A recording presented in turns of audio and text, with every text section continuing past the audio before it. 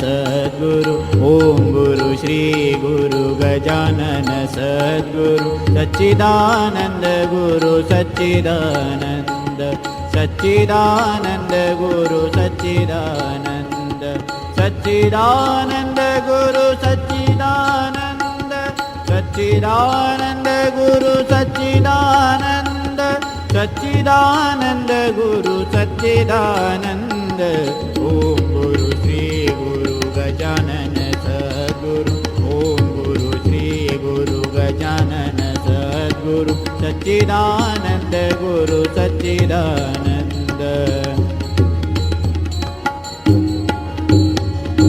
सच्चिदानंद गुरु सच्चिदानंद सच्चिदानंद गुरु सच्चिदानंद सच्चिदानंद गुरु सच्चिदानंद ओम गुरु श्री गुरु गजानन सद्गुरु ओम गुरु श्री गुरु गजानन सद्गुरु सच्चिदानंद गुरु सच्चिदानंद सच्चिदानंद गुरु सच्चिदानंद सच्चिदानंद गुरु सच्चिदानंद सच्चिदानंद गुरु सच्चिदानंद सच्चिदानंद गुरु सच्चिदानंद ओम गुरु श्री गुरु गजानन सद्गुरु ओम गुरु श्री गुरु गजानन सद्गुरु सच्चिदानंद गुरु सच्चिदानंद सच्चिदानंद गुरु सच्चिदानंद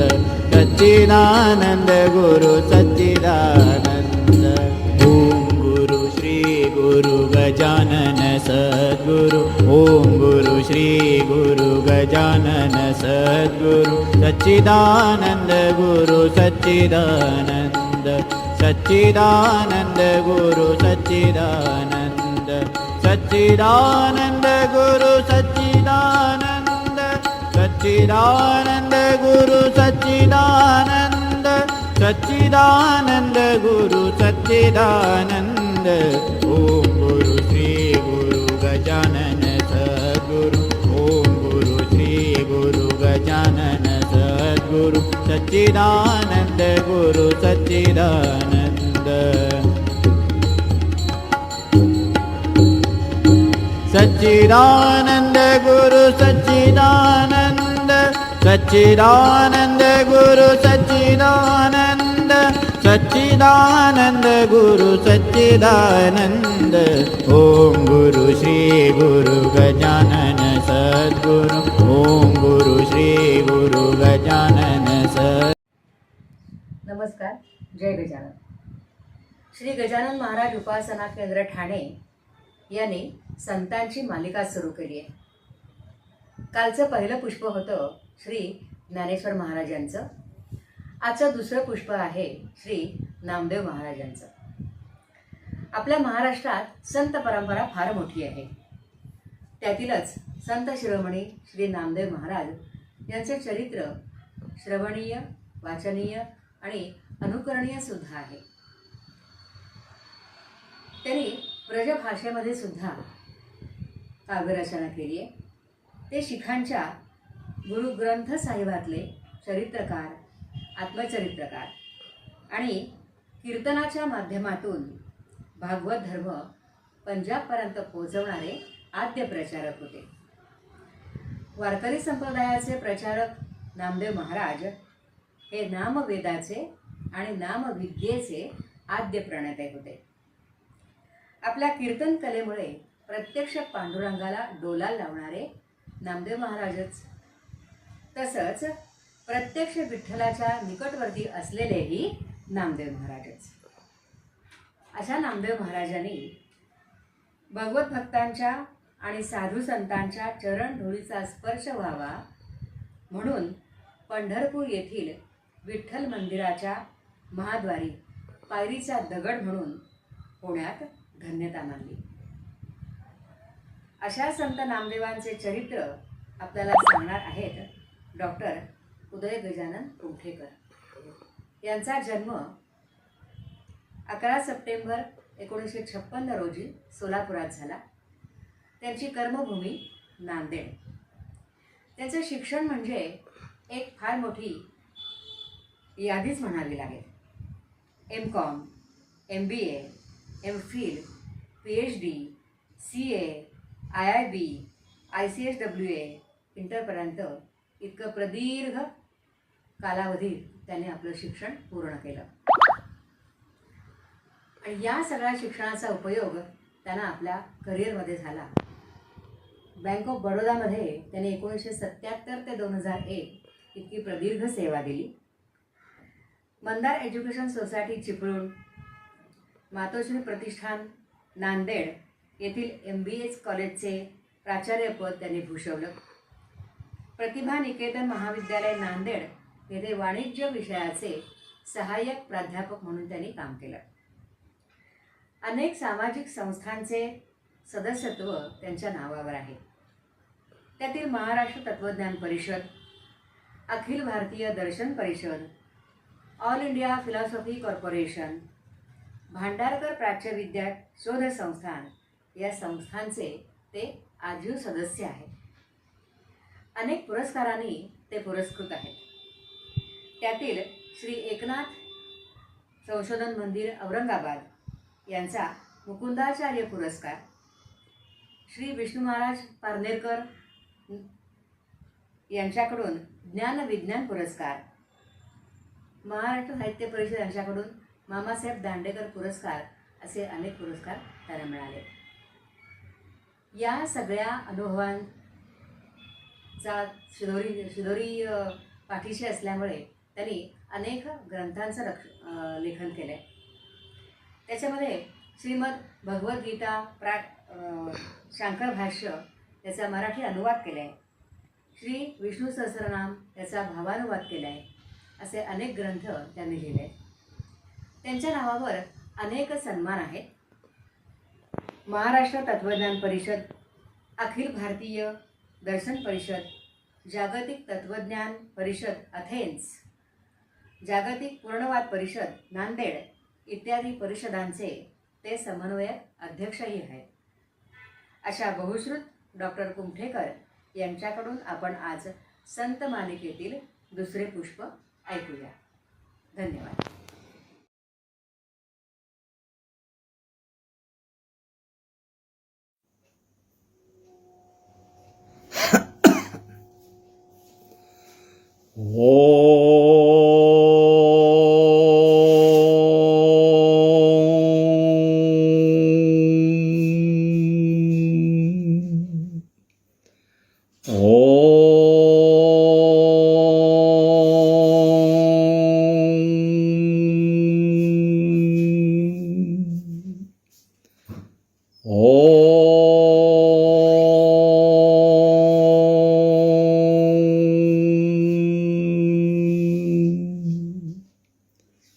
श्रुतिस्मृतिपुराणानाम् आलयं करुणालयं नमामि भगवत्पादं शङ्करं लोकशङ्करम्. ॐ आनन्दमयी चैतन्यमयी सत्यमयी परमे. ओम तत्सज्योतिश्री अरविंद सत्यम ज्ञानम ज्योतिश्री अरविंद. सर्वांना नमस्कार. ओंकार स्मरणपूर्वक श्रुती स्मृती पुराणांचे आलय असलेले आणि करुणालय असे भगवान आद्य शंकराचार्य ज्यांना भाष्यकार म्हणून संबोधलं जातं त्यांना नमस्कार. तसंच भारतीय परमार्थशास्त्राचा अद्यतन विचार मांडणारे योगी श्री अरविंद यांना नमस्कार करून आजचं हे निरूपण मी प्रारंभ करतो. हे निरूपण मला गजानन भक्त श्री उदय दातीर यांनी करायला सांगितलं. गेली 2 वर्ष ते जो उपक्रम राबवतात त्याच्यामध्ये श्री गजानन विजय या दासगणू महाराजांनी लिहिलेल्या शेगावच्या गजानन महाराजांच्या चरित्राचं काही अध्याय याच्यावर मी निरूपण केलं होतं. पण यावर्षी त्यांनी मला नामदेवांवर निरूपण करायला सांगितलं. त्यांनी सांगितलं, मी हो म्हणलं. खरं तर हे एक साहसच आहे, कारण संत साहित्य हा काही तसा माझा अभ्यासाचा विषय नाही. पण मी हे साहस स्वीकारलं, कारण एवढंच की त्यानिमित्ताने नामदेव महाराजांच्या साहित्याचा थोडाफार परिचय मलाही होईल. संपूर्ण भारतीय परंपरेचं अवलोकन जर आपण केलं तर त्याच्यामध्ये आपल्याला 3 किंवा 4 प्रमुख टप्पे दिसून येतात. सर्वात प्राचीन टप्पा जो आहे तो ऋषी परंपरेचा आहे. ऋषी परंपरेने वेद, उपनिषद यासारखं स्वयंस्फूर्त साहित्य, ज्याला आपण अपौरुषीय वेद म्हणतो, निर्माण केलं. परंतु ही परंपरा भगवान वेदव्यास यांच्यापाशी संपते. वेदव्यास हे अंतिम ऋषी आहेत असं मला म्हणावंसं वाटतं. या ऋषी परंपरेनंतर आलेला दुसरा महत्त्वाचा टप्पा आचार्य परंपरेचा आहे. आचार्य परंपरेमध्ये आद्य शंकराचार्य, रामानुजाचार्य, मध्वाचार्य यासारखे फार मोठे आचार्य आणि विद्वान होऊन गेले. हे सर्व अनुभूती संपन्न संन्यासी होते, योगी होते. ही सगळी परंपरा आचार्यांची, भाष्यकारांची परंपरा आहे. मुख्यतः गीता, उपनिषद आणि ब्रह्मसूत्र या प्रस्थानत्रयीवर त्यांनी भाष्य रचना केलेली आहे. आचार्य परंपरेने प्रस्थानत्रयीचा अर्थ स्पष्ट करण्याचं कार्य केलं. ही परंपरा इसवी सनाच्या 1000व्या वर्षाच्या आसपास संपते आणि त्यानंतर सुरू होते ती संत परंपरा. संत परंपरेने सर्वात प्रथम या आचार्य परंपरेला जे काही प्रतिपादन करायचं होतं ते सगळं संस्कृताची तिरे तोडून मराठी भाषेत आणलं. मराठी भाषेमध्ये, प्रादेशिक भाषेमध्ये परमार्थाचं प्रतिपादन करणं याचा पहिला प्रयोग भगवान बुद्धांनी केलेला आहे. पाली भाषेमध्ये आणलं. महावीरांनी अर्धमागाधीमध्ये हे मानून दुसरा प्रयोग केला. त्यानंतर 1500 वर्ष नव्या भाषांमध्ये, संस्कृतशिवाय इतर प्रादेशिक भाषांमध्ये परमार्थ सांगण्याचं कार्य फारसं कुणी केलेलं दिसून येत नाही. हे करणारे पहिले आहेत विवेक सिंधू लिहिणारे मुकुंद राजा. त्यानंतर निवृत्तीनाथांचे शिष्य ज्ञानेश्वर माऊली यांनी भावार्थ दीपिका लिहिली. गीता टीका, भगवद्गीतेवरची टीका, अमृतानुभव. ही संत परंपरा इसवी सनाच्या 10व्या शतकानंतर ते 18व्या शतकापर्यंत चालू राहते आणि या सर्वांनी प्राकृत भाषेमध्ये परमार्थ प्रतिपादनाचं व्रतच अंगीकारलं होतं. त्यानंतर येतो प्रबोधन काळ.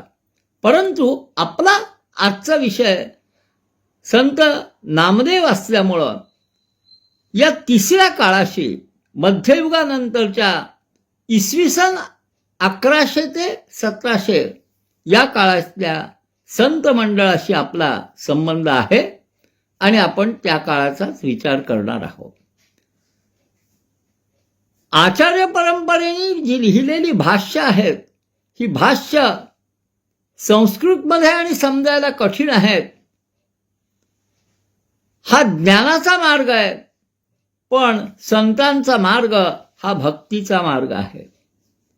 संतांना ज्ञान नाही आहे असं नाही आहे, पण आचार्याच्या परंपरेमध्ये, आचार्यांच्या भाष्यांमध्ये त्याचा ज्ञानाचा तर्कशुद्ध कीस पाडला जातो. तसा तर्कशुद्ध कीस संत आपल्या साहित्यात पाडत नाही. आचार्यांची परंपरा बौद्धिक आहे, तर संतांची परंपरा भावनिकतेची आहे. ते ईश्वराला सिद्ध करत नाहीत, तर आहे हे गृहीत धरून आपल्या श्रद्धेने त्याला साथ घालतात, श्रद्धेने त्याला हाका मारतात आणि त्या हाकेला त्यांचा तो परमेश्वर ओ देतोही. हा संतांचा परमेश्वर जे आचार्य परंपरेचं परब्रह्म आहे, हे परब्रह्मच मध्ययुगीन काळामध्ये पंढरपूर क्षेत्रामध्ये विठ्ठलेशाच्या रूपाने अवतरलं. विठ्ठलेशाच्या उपासनेची ही प्रदीर्घ परंपरा ज्ञानेश्वरांच्या पूर्वीपासून चालत आलेली आहे, परंतु ज्ञानेश्वरांनी त्याला उजाळा दिला. त्यांच्या सभोवती जी ईश्वरनिष्ठांची मांदी आली, अनर्वर्त भूमंडळी भेटतू तया भूता होत होती, तिच्या प्रभावाखाली भक्तिमार्गाची एक फार मोठी चळवळ उभी राहिली.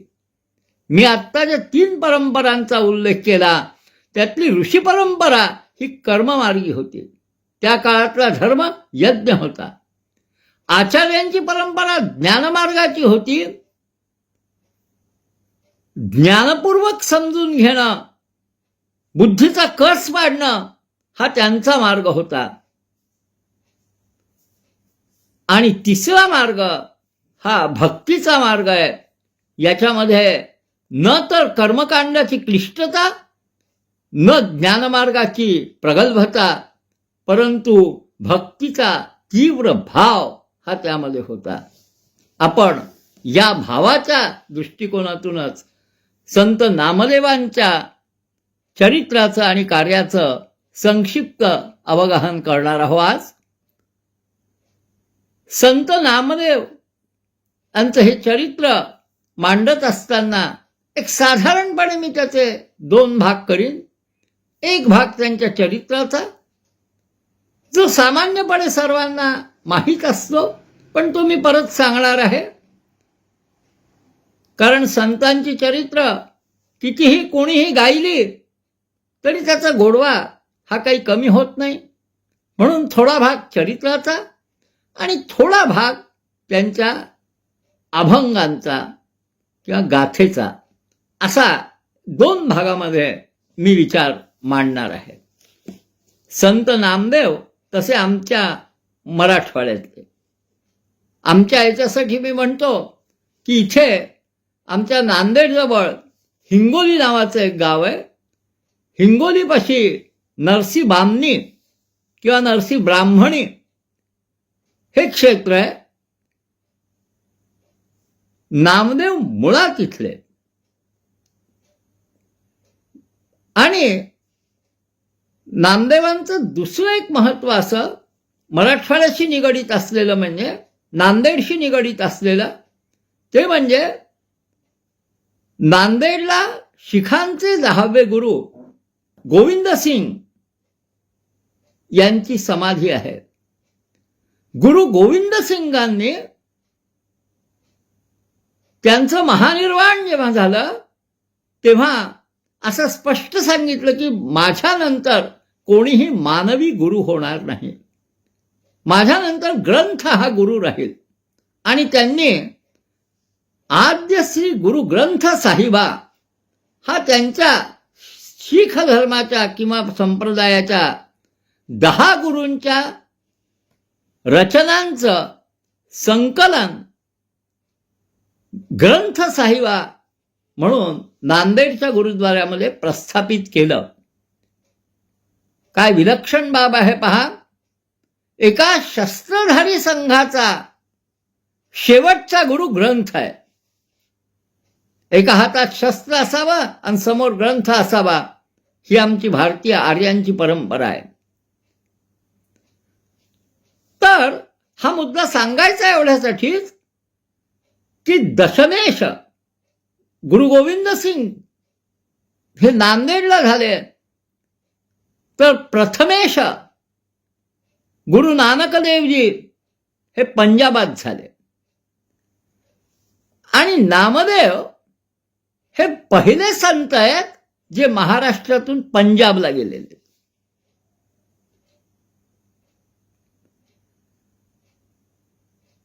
आणि ग्रंथसाहिबामध्ये शिखांच्या धर्मग्रंथामध्ये नामदेवाचेही काही अभंग पवित्र वाणी म्हणून समाविष्ट करण्यात आलेले आहेत. गुरु ग्रंथ साहिबामध्ये नामदेवांचे अभंग आहेत. म्हणून नामदेवांचं महत्व फार वेगळं आहे. नामदेव हे तसा प्रत्येक संत कुठेही जन्मलेला असो, कुठेही कार्यरत असो, तो संपूर्ण विश्वाचा असतो. कारण ज्ञानेश्वरांनी पसायदारच मागितलेले, आता विश्वात्मक देव आहे, तसा तो विश्वात्मक झालेला असतो. मीच विश्व ऐसा जायाचा बोधू जाहला, असे ज्ञानेश्वर माऊली म्हणतात. विश्वात्मक संतांना भौगोलिक क्षेत्रात हा महाराष्ट्राचा, हा मराठवाड्याचा, हा पंजाबचा, हा बंगालचा असं वर्गीकृत करता येत नाही. तसं वर्गीकृत करणं आमच्या प्रादेशिक अहंकाराच्या निर्देशक आहे, प्रादेशिक अहंकाराचं निर्देशक आहे. संपूर्ण संत परंपरा आणि आचार्य परंपरा नव्हे, संपूर्ण भारतीय परंपरा ही अद्वैताची परंपरा आहे. आणि हे अद्वैत विश्वात्मक अद्वैत आहे. या परंपरेचं पाईक म्हणवणाऱ्या कोणीही विचारवंतांनी, संतांनी, समीक्षकांनी खरं तर हा माझा आणि तो तुझा असा भाषेच्या आधारावर, भौगोलिक प्रदेशाच्या आधारावर किंवा आपल्या सिद्धांताच्या व संप्रदायाच्या आधारावर भेदभाव करायला नको. परमार्थ हा एकच असतो. संतांनी तोच सांगितलेला असतो.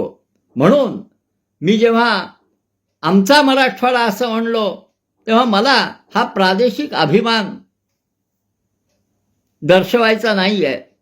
पण तरी आपल्या जवळ आहे, नांदेडच्या जवळ आहे, म्हणून मी उल्लेख केला. आणि गुरु गोविंद सिंगांचा शी संबंध ग्रंथसाहेबामध्ये त्यांच्या अभंगांचा उल्लेख यासाठी सुद्धा हे महत्वाचं ठरलं. तर आता थोडंसं आपण त्यांचं चरित्र पाहू. पंढरपूर क्षेत्री त्यांचे आईबाप पूर्वीच येऊन राहिले. पूर्वी म्हणजे त्यांच्या जन्माच्या आधी 1-2 पिढ्या. इसवी सन 1270, इसवी सन 1270 रविवार आणि कार्तिक शुद्ध एकादशी या दिवशी नामदेवाचा जन्म झालेला आहे. त्याचे आई आणि वडील दामाशेठ आणि गोणाई, दामाशेठ हे त्यांचे वडील, गोणाई त्यांची आई, हे दोघंही पंढरपूरच्या विठ्ठलेशाचे भक्त. आणि विठ्ठलेशाचे भक्त असलेल्या दामोशेठजीची आणि गोणाईचा पुत्र देखील विठ्ठलाचा भक्त झाला नसेल तरच आश्चर्य होतं. ज्ञानी होणं एक वेळ सोपं आहे. तुम्हाला ग्रंथ वाचून कोणा आचार्याकडे अभ्यास करून ज्ञानी होता येईल, सोपं आहे. वेदांचा अभ्यास करता येणार नाही कदाचित, परंतु दर्शनांचा अभ्यास करता येईल, गीतेचा अभ्यास करता येईल आणि ज्ञानाच्या मार्गाने तुम्ही परमार्थ तत्वाचं आकलन करून घेण्याचा प्रयत्न करू शकता आणि ते कदाचित आपल्याला होईलही. होईलच असं मी म्हणत नाही, होईलही. परंतु हे ज्ञान जरी झालं तरी सुद्धा हृदयामध्ये भक्तिभावाचा उदय होईलच असं नाही. आणि म्हणून नामदेवांच्या जीवनातले बालपणीचे काही अनुभव जे आहेत हे अत्यंत महत्वाचे आहेत. असं म्हणतात की नामदेव 5 वर्षाचे होते. 5 वर्षाचे असताना त्याच्या बापाने त्याला एक काम दिलं. काय? देवाला नैवेद्य दाखवून यायचा. दुधाची एक वाटी, वाटीमध्ये दूध, पांडुरंगाला नैवेद्य दाखवून ये. लहान वयामध्ये लहान मुलाचं मन हे शुद्ध आणि स्वच्छ असतं आणि त्यामुळं ते कशाचाही विचार करू शकतं. तो लहान मूल बौद्धिक तर्क करत नाही आणि ईश्वराला जाणायचं असेल तर बौद्धिक तर्क उपयोगी पडत नाही.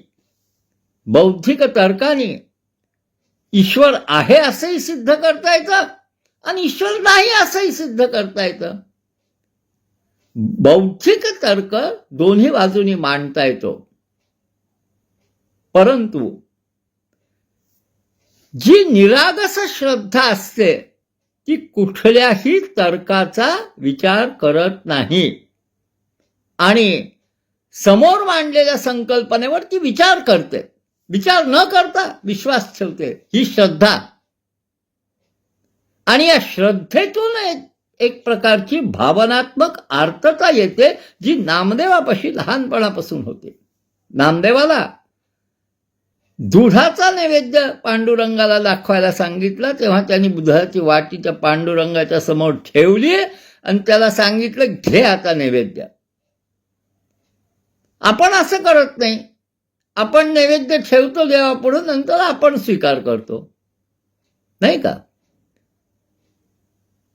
तो देवाला होण्यापेक्षा आपल्याला जास्त असतो. नामदेवाचं तसं नव्हतं. नामदेवाने पांडुरंगाला आग्रह केला की आता खा, माझं हे दूध पी.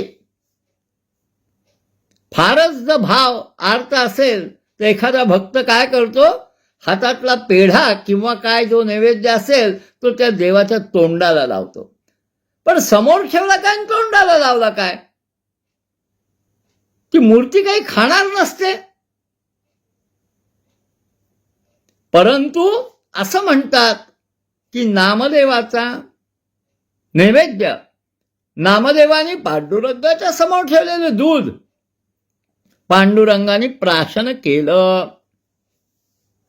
रिकामी वाटी घेऊन आले घरी. आईने विचारलं, काय झालं दुधाचं? सांडून टाकलं का तू पिऊन टाकलं? नामदेव म्हणाले, नाही, पांडुरंगाने प्यायला. आता पांडुरंग कसा पिणार? कारण व्यवहारातला आमचा देव कधीच स्वतः नैवेद्य सेवन करत नाही, पण नामदेवाचा केला. दामाशेठ आणि गोणाई आई वडिलांनी तपासून पाहिलं. पुन्हा दुसऱ्या दिवशी तसंच झालं. नामदेवाचा नैवेद्य पांडुरंग भक्षण करत असे. मोठं आश्चर्य वाटलं त्यांच्या आईबापाला.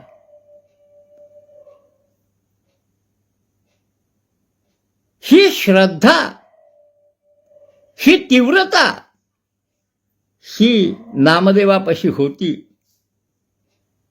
अनेक प्रसंग आहेत त्यांच्या जीवनातले.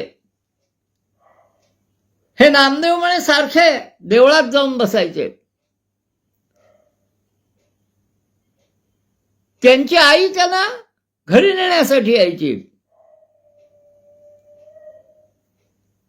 एके दिवशी पांडुरंगच त्या आईच्या हाताला धरून घरी जायला लागला. कथा आहे, याचा विचार तर्काने करायचा नाहीये, श्रद्धेने करायचा आहे. आणि ती नेत असताना थोड्या वेळाने आईच्या लक्षात आलं की आपलं लेकरू नाहीये, हे वेगळंच आहे, हा विठ्ठल येतोय, पांडुरंग आहे. देव आलेला असताना सुद्धा ती आई त्याला म्हणते, तू कशाला आलास, चल निघून जा देवळामध्ये परत. पहा, एकीकडून नामदेवाचा देवाविषयीचा ध्यास कसा आणि आईचा आपल्या मुलाविषयीचा ध्यास कसा. नामदेव अशा रीतीने सख्य भक्ती ज्याला आपण म्हणतो है ना, जशी अर्जुनाची कृष्णाशी होती तशा सख्य भक्तीने प्रेरित झाले होते. जन्मजातच एक तीव्र आर्तता त्यांच्या ठिकाणी होती. गीतेमध्ये असं म्हणलेलं आहे, भक्ताचे 4 प्रकार आहेत. आर्तो, जिज्ञासु, अर्थार्थी, ज्ञानी च भरतर्षभ. हे 4 टप्पे एकावर एक आहेत.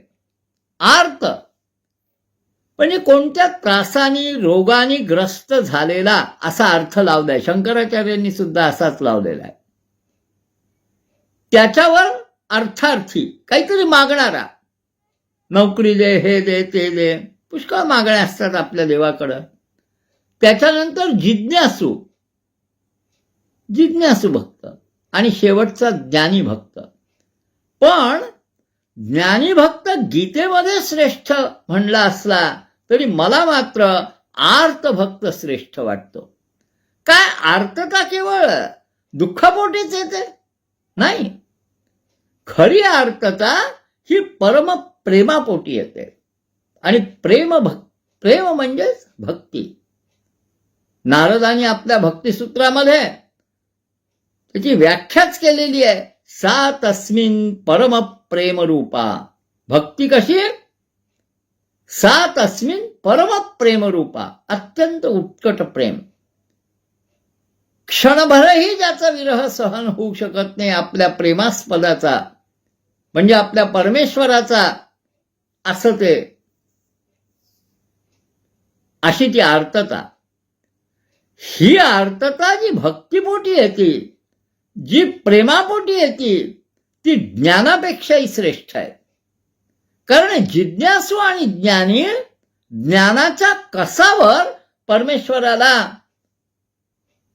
शोधू पाहतात. परमेश्वर खरा आहे का नाही हे ज्ञानाच्या कसोटीवर तोलतात. पण भक्त या कसोटीवर तोलत नाही, तर परमेश्वराचा विरह झाला तर तो त्याला सहन होत नाही, ही आर्तता त्याच्या जागी असते. आणि अशा प्रकारे जन्मजात आर्तता आणि जन्मजात भक्ती ही असताना नामदेवाची भेट ज्ञानदेव आणि त्याच्या भावंडांशी झाली. निवृत्ती, ज्ञानदेव, सोपान आणि मुक्ताई, ह्या 4 नावामध्ये सुद्धा एक रहस्य आहे. निवृत्तीच्या मार्गाने ज्ञानापर्यंत, ज्ञानाचा सोपान धरून मुक्तीपर्यंत पोहोचता येतं है ना. निवृत्तीतून ज्ञान होतं, ज्ञानाचा सोपान म्हणजे मार्ग, आणि त्या सोपानाच्या मार्गाने मुक्ती म्हणजे मुक्ताईपर्यंत पोहोचता येतं. अशी या नावातली ही एक शृंखला आहे साधनेची. तर आपल्याला माहिती आहे की नामदेवाची आणि भावंडांची भेट जेव्हा झाली तेव्हा त्यांच्या हे लक्षात आलं की हे मडकं जरा कच्चं आहे. का कच्चं? कुठेतरी अहंकाराची मात्रा शिल्लक होती नामदेवांच्या व्यक्तित्वामध्ये. परमार्थातला सगळ्यात मोठा अडथळा जर कोणता असेल तर तो अहंकार असतो. अहंकार अनेक असतात. माझं शरीर, माझं मन, माझं पद, माझी प्रतिष्ठा, लेकरं बाळं, घरदार, अनेक ठिकाणी अहंकार नावाचं भूत गुंतलेलं असतं. पण तर नामदेव भक्त होता. भक्ताच्या जागी अहंकार असणं शक्य नाहीये. नवविधा भक्तीमध्ये आत्मनिवेदन हे शेवटचं आहे. असा हा भक्त कुठं गुंतला होता? पण मग कोणत्या अहंकारात गुंतला होता? तर मी मोठा भक्त आहे याच अहंकारात तो गुंतलेला होता. माझ्याशी देव बोलतो, माझा नैवेद्य खातो, आणखी काही काही असंच. हा देव माझा आहे, माझ्या इतका कुणाचाही नाही आहे. या अहंकारामध्ये नामदेव गुंतले होते आणि म्हणून मडकं जरा कच्चं होतं. आणि तिथून मग त्यांना पाठवलं होतं विसोबा क्षेत्राकडे, औंढा नागनाथाला. हा सगळा भौगोलिक प्रदेश मराठवाड्याचाच आहे. मराठवाड्यात राहणाऱ्याला अभिमान वाटला पाहिजे की ही सगळी संतांची मांदियाळी आपल्या आसपासच झालेली आहे. औंढ्या नागनाथाला गेले. औंढ्या नागनाथाची कथाही आपल्याला माहिती आहे. विसोबा खेचर होते तिथे. शंकराच्या पिंडीवर पाय पसरून बसलेले. सामान्यपणे कोणाही भक्ताला देवाकडे पाय करून बसलेला आवडला नाही. शंकराच्या पिंडीवर पाय पाहिले. त्यांनी म्हणले, महाराज जरा पाय बाजूला घ्या, काय आहे? विसोबा खेचर म्हणले, बाबा थकलोय मी. त्या महाभारतात गोष्ट आहे ना, मारुती रस्त्यात बसला होता, ती शेपूट आडवी सोडून, आणि भीमाला त्याने सांगितलं उचल जरा माझी शेपूट म्हणून, है ना. भीमाला काही ती उचलता आली नव्हती. तशाच प्रकारचा ती घटना इथं घडलेली आहे. विसोबा खेचराला यांनी सांगितलं, बाबा जरा पाय दूर ठेवा. विसोबा खेचर म्हणले, मला काही हालता येत नाही, तूच ठेव माझे पाय उचलून. ठीक आहे म्हणले नामदेव. त्यांनी पाय उचलले आणि ठेवले देवापासून दूर. तर आपल्याला माहिती आहे सगळ्यांनाच काय झालं. विसोबा खेचराचे पाय जिथं जिथं ठेवावे तिथं तिथं महादेवाची पिंड उगवावी, निर्माण व्हावी. असं का झालं? तर देव नाही. आपण देवाचं पूजन करायसाठी, देवाला नमस्कार करायसाठी मंदिरात जातो. पण काय देव मंदिरातच आहे का फक्त? अन्यत्र नाहीये? रस्त्यावरच्या भिकाऱ्यामध्ये नाहीये देव? निश्चित आहे. उपनिषदांनी जाहीर केलेलं आहे, ईशावास्यम इदं सर्वं यत्किंच जगत्यां जगत् तेन त्यक्तेन भुञ्जीथा मा गृधः कस्य सिद्धनम्. है ना. ईशावास्यम इदं सर्वं. सर्वत्र परमेश्वर भरलेला आहे. मग इथं आहे आणि तिथं नाही, किंवा हा आहे आणि तो नाही, असा भेदभाव आपल्याला करता येईल का? विसोबा खेचराच्या घटनेतून सर्व व्यापक परमेश्वराचं अस्तित्व नामदेवाने अनुभवलं. सर्वात्मक भाव झाला. समस्त सर्वेषु भूतेषु अशी त्याची भूमिका झाली. आणि गीतेत म्हणल्याप्रमाणे वासुदेवः सर्वमिति स महात्मा सुदुर्लभः. सर्व काही वासुदेव आहे, सर्व काही परमात्म स्वरूप आहेत, असं एक भूमिका, अशी एक मानसिकता निर्माण झाली आमच्या नामदेवाची. नामाचा तो देव, अशी ही जी भूमिका निर्माण झाली, त्याच्यानंतर त्याची अवस्था काय झाली, आपण काही मुद्दे विचारात घेणार आहे. संपूर्ण नामदेवांची जी गाथा आहे, या गाथेमध्ये अनेक अभंग आहेत. अनेक 400-500 पानाची गाथा आहे. अभंगांची संख्या काही माझ्या लक्षात नाही आहे. आणि दुसरं महत्वाचं म्हणजे नामदेवांचे जसे आई वडील होते, तशी त्यांची राजाई नावाची पत्नी पण होती. अर्थातच संतांच्या पत्नीचं काही फार खरं नसतं. तुकारामाच्या पत्नीचं काय झालं होतं, तेच नामदेवाचं झालं. नामदेवाची एक शिष्याई होती, त्याच्याकडे काम करणारी जनाबाई, ती संत होऊन गेली. छोट्या मोठ्या गोष्टी, घरातल्या तक्रारी अनेक असत असतील. असं म्हणतात की कोणी एक परिसा भागवत नावाचा त्याचा एक शिष्य होता. तर एक विषय त्यांच्या वैराग्याचं द्योतक असलेला, परिसा भागवताचं नाव परिसा असं होतं कारण का, तर त्याला म्हणे परीस गवसला होता. तो रुक्मिणीचा भक्त होता. रुक्मिणीने त्याला परीस दिला. मग काही नाही, त्याचं जरा दारिद्र्य फिटलं. रोज लहान सहान परीस माहिती ना आपल्याला, लोखंडाला लावलं की त्याचं सोनं होतं. तो त्याला लावला छोट्याशा सोन्यात लोखंडाच्या तुकड्याला, की त्याचं सोनं व्हायचं. तेवढं विकून तो बाजारातून सामान घेऊन यायचा. संसार चांगला चालला. त्याची बायको, त्या परिसा भागवताची बायको, गावात एकमेकांच्या ओळखी असतात. त्या काळात पंढरपूर काही फार मोठं नसावं. कुठे धुणं धुवायला, भांडी घासायला, पाणी भरायला दोघी एकत्र येत असतील. राजाईने आपली कर्म कहाणी सांगितली. आमच्याकडे काय, ती म्हणली काय, आमच्याकडे तसं नाही म्हणे, परीस आहे आमच्याकडं. म्हणली राजाई तिला म्हणली थोडे दिवस मलाही दे परीस बाबा. ती प्रामाणिक होती, तिने दिला राजाईला परीस. तिने सुद्धा थोड्या लोखंडाच्या तुकड्याला लावला, सोनं झालं, सामान आणलं. घरात दिवाळी, आनंदी आनंद.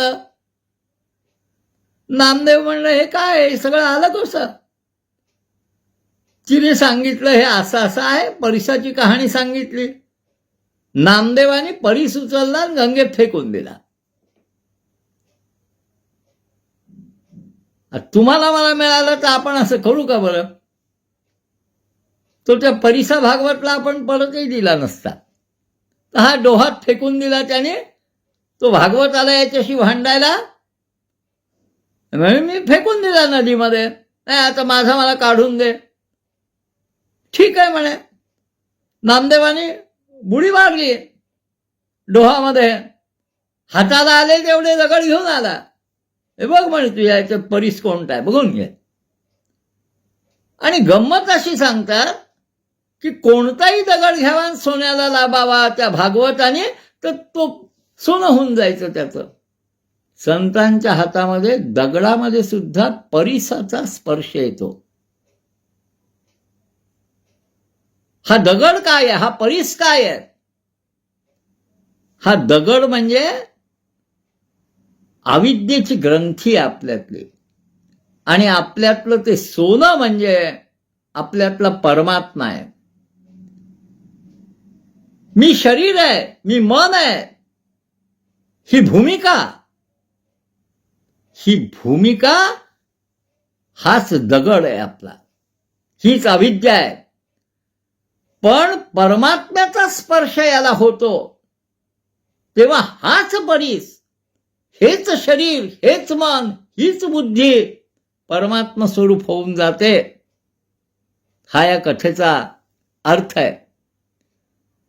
अशा अनेक गोष्टी त्यांच्या चरित्रातल्या सांगता येतील.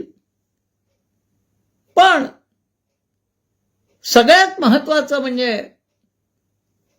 श्री नामदेव महाराजांनी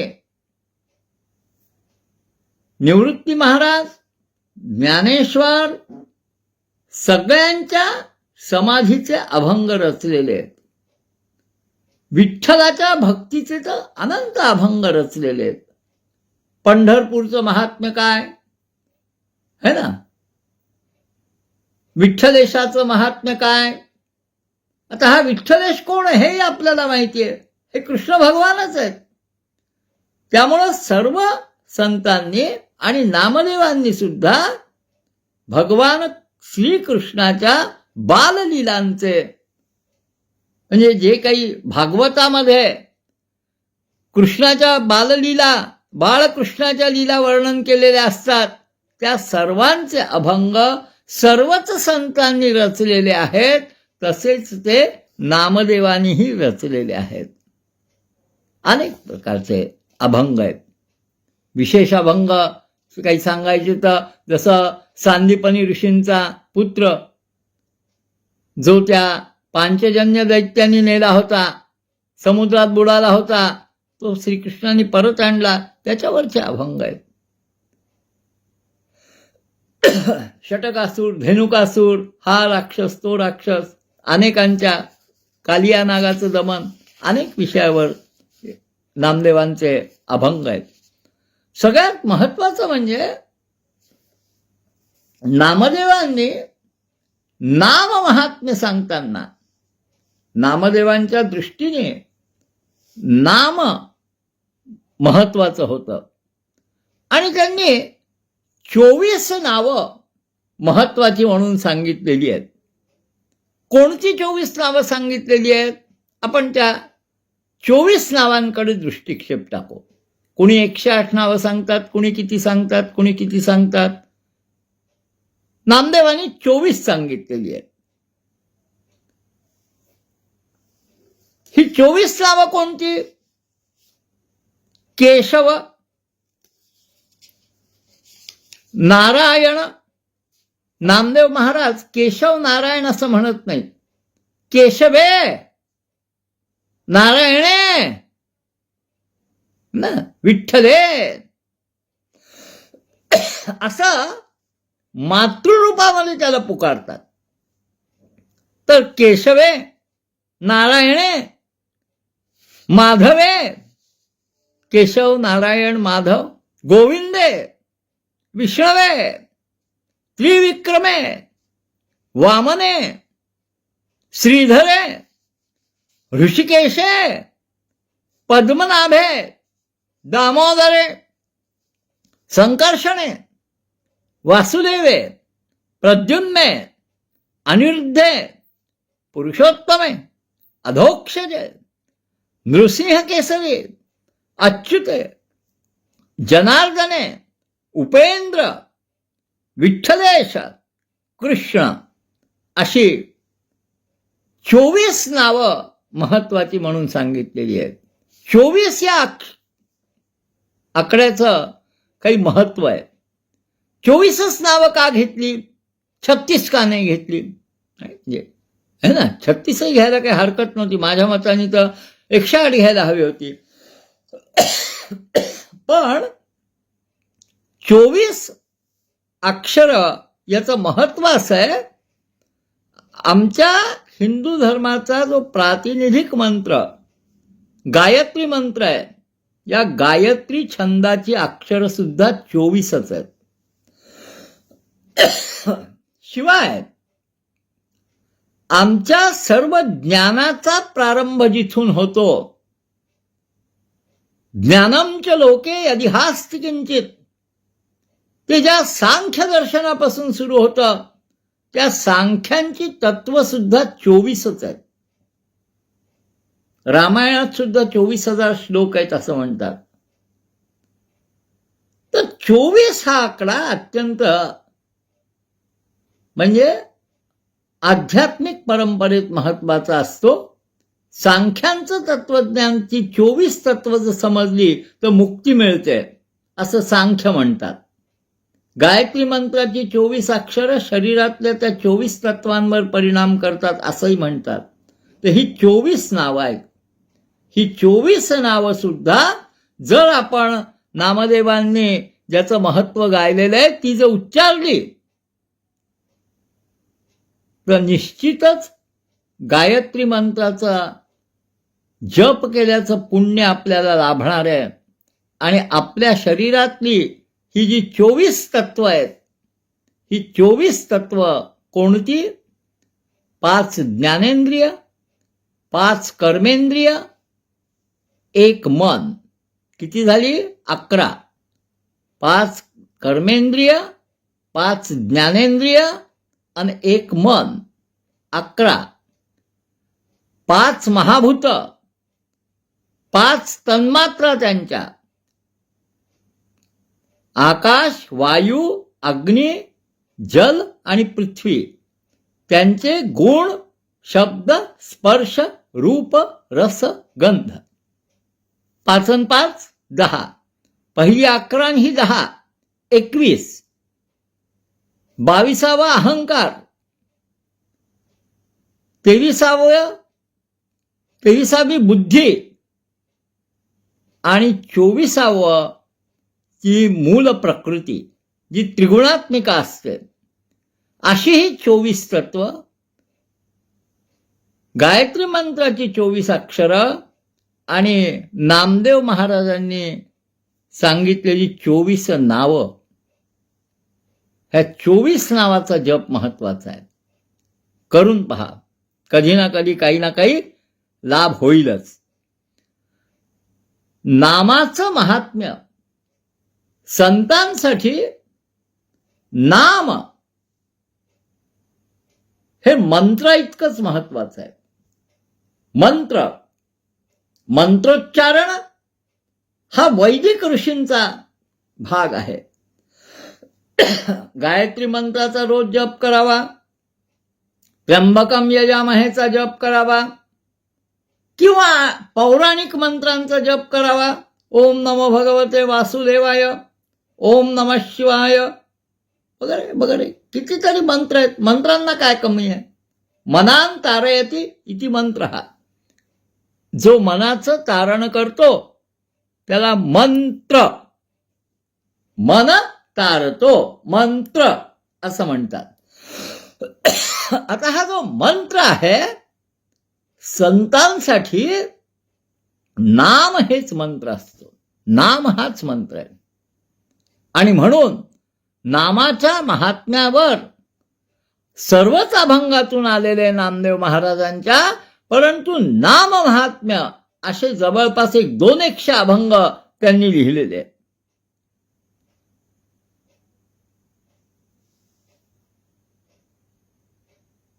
नामाला इतकं महत्व प्रत्येक आधुनिक संतांनी सुद्धा दिलेले आहेत. श्रीराम जय राम जय जय राम हा तारक मंत्र मानला जातो.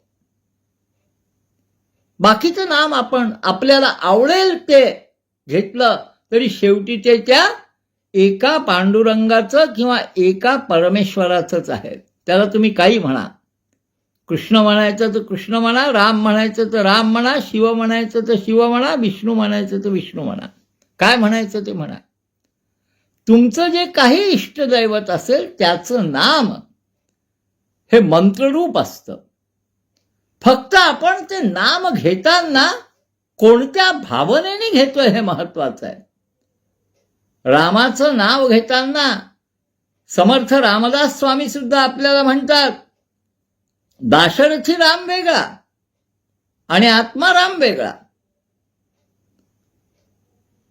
आत्मरूपी ईश्वराची जोड परमात्मरूपी सर्व व्यापकाशी घालून देऊन मी जे नाम घेतोय ते त्या परमात्म्याचं आहे अशी भूमिका जर असेल तर त्या नामाला अर्थ आहे.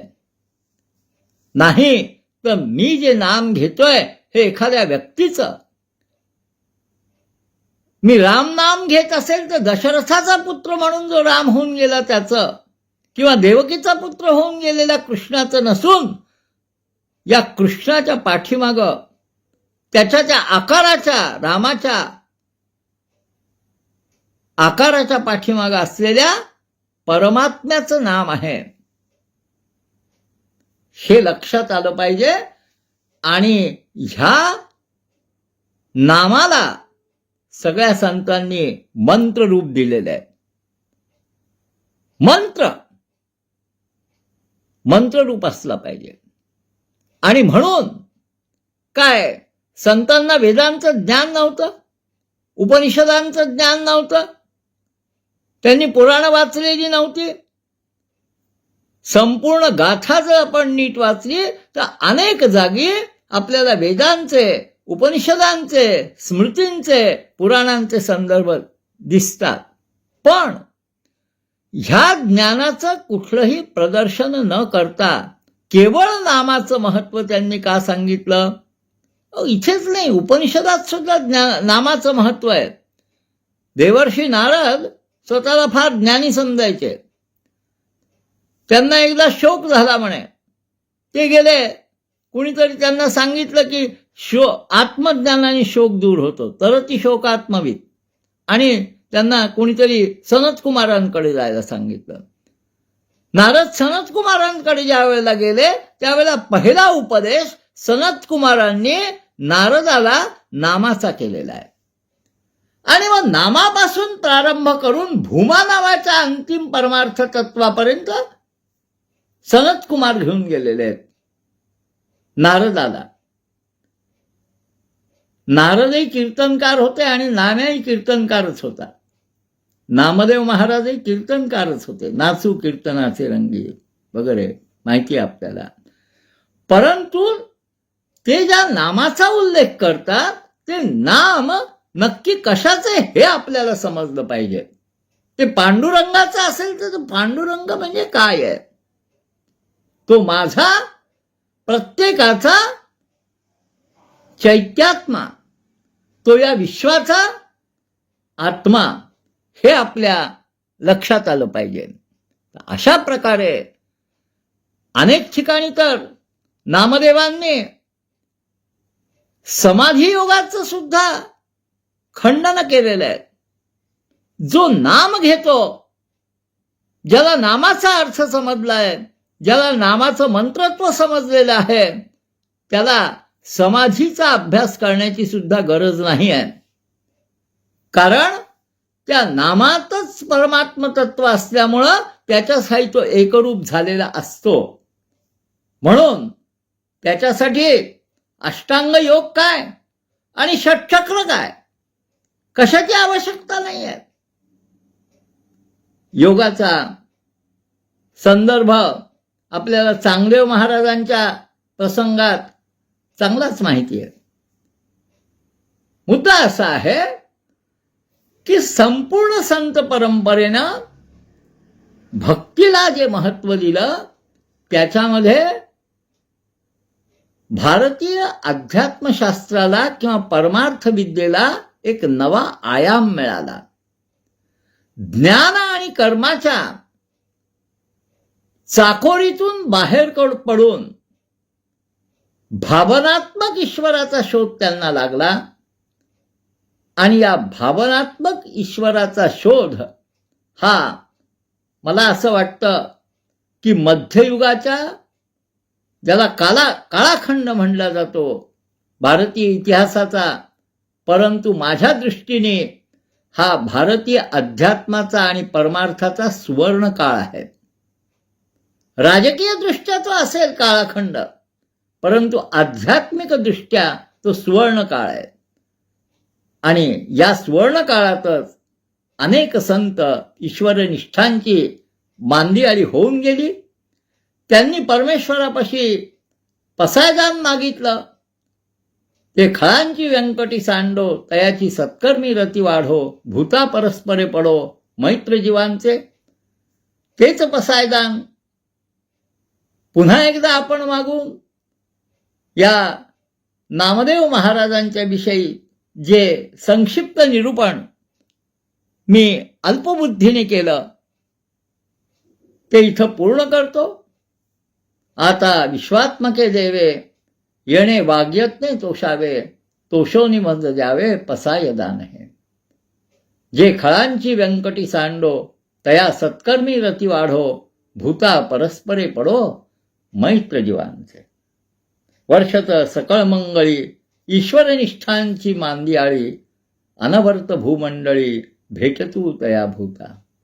चला कल्पतरूंचे आरव, चेतना चिंतामणीचे गाव, बोलते जे अर्णव पियुषांचे.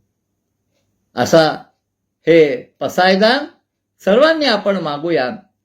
आणि आजच्या भरतवर्षाला किंवा एकूणच मानवतेला या संतांच्या भक्तिमार्गातून श्रद्धेचा देव भेटावा अशी प्रार्थना करूया. सर्वांना नमस्कार. उदय दातीरांनी मला ही जी संधी दिली ती मी क्षमा त्यांची याच्यासाठी मागतो की मध्यंतरी मी काही दुसऱ्या कार्यामध्ये रत होतो, त्यामुळं त्यांनी अनेक वेळेला फोन करून सुद्धा मी अनेकदा तो उचलूही शकलो नाही. तरी या माझ्या थोड्याशा प्रमाद म्हणता येईल त्याच्याबद्दल मी क्षमा मागतो.